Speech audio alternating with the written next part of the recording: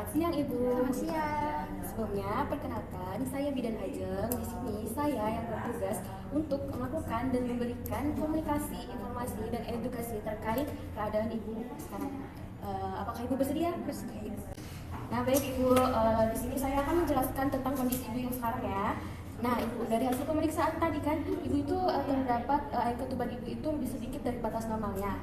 Nah ini disebut dengan oligohidramnion. Nah air ketuban itu kan sangat penting ya Ibu ya untuk melindungi bayi dan membantu perkembangannya. Nah air ketuban yang sedikit itu bisa disebabkan oleh ibunya kurang minum. Apakah Ibu kurang minum? Iya Bu, biasanya saya minum itu nggak sampai 1 botol gede itu biasanya Ibu. Kira-kira kurang dari 1 liter ya Bu? Iya.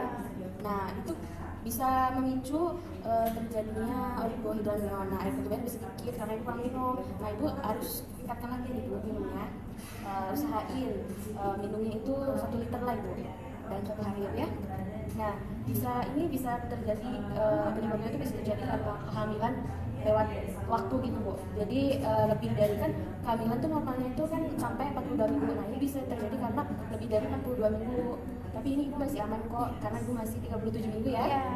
Nah lalu adanya rembesan ketuban. Rembesan ketuban itu seperti ketuban itu keluar Ibu. Lalu kondisi kesehatan seperti Ibu kan tadi terdapat diagnosa hipertensi Ibu ya. Nah Ibu kan ada riwayat hipertensi. Nah itu juga penyebab salah satunya. Lalu Ibu kita akan pantau terus kesehatan Ibu secara berkala ya Ibu ya. Nah baik, selanjutnya saya akan menjelaskan tentang tanda bahaya yang perlu diketahui. Nah jika Ibu mengalami keluar cairan dari vagina seperti air mengalir, berkurangnya gerakan bayi, dan sakit kepala yang hebat, lalu nyeri perut hebat, itu seperti kontraksi yang sangat memuncak gitu ya Bu ya, atau perdarahan, nah segera datang ke fasilitas kesehatan ya Bu, bisa ke puskesmas atau langsung ke rumah sakit bisa Ibu. Lalu Ibu sesuai prinsip dari buku KIA ini Ibu ya, sesuai prinsip dari buku KIA ini perbanyak minum air putih minimal 8-10 gelas per hari ya Ibu ya.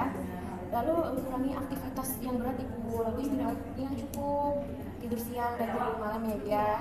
Lalu tidur malamnya itu ini Bu, dari jam 10 sampai jam, pokoknya Ibu tidur malamnya itu 6 jam. Nah tidur siang 1 jam saya Ibu ya. Usahakan posisi miring ke kiri ya Ibu ya saat istirahat untuk memperbaiki aliran darah ke plasentaknya. Lalu pantau terus gerakan janinnya itu setiap hari ya Ibu ya. Bila gerakan janinnya itu kurang dari 10 kali dalam 12 jam, segera datang ke fasilitas kesehatan ya Ibu ya, bisa ke puskesmas atau puskesmas yang ada persalinannya, lalu ke rumah sakit bisa ya. Hindari stres ya Ibu ya, jangan stres. Lalu saya akan menjelaskan rencana pemeriksaan lanjutan ya Ibu ya. Nah, Ibu perlu kontrol lebih sering untuk memantau kondisi bayi dan juga air ketuban. Nah, pemeriksaannya itu pemeriksaan USG akan kita ulang sesuai jadwalnya ya. Bila kondisi ketuban makin menurun, Ibu mungkin bisa dirujuk ke fasilitas yang lebih tinggi, gitu ya Ibu ya. Lalu kapan Ibu harus datang ke fasilitas kesehatan jika gerakan janinnya itu berkurang. Nah, terus keluar cairan seperti air gitu Ibu ya dari jalan lahir, lalu pusing berat atau kejang gitu. Pokoknya kalau Ibu sudah merasa pusing sekali, Ibu datang saja ke rumah sakit atau fasilitas kesehatan yang ada persalinannya ya Ibu ya. Lalu bengkak ekstrim. Jadi kalau misalkan Ibu merasa badan Ibu bengkak itu seperti di tangan, di kaki, Ibu datang aja ke fasilitas kesehatan.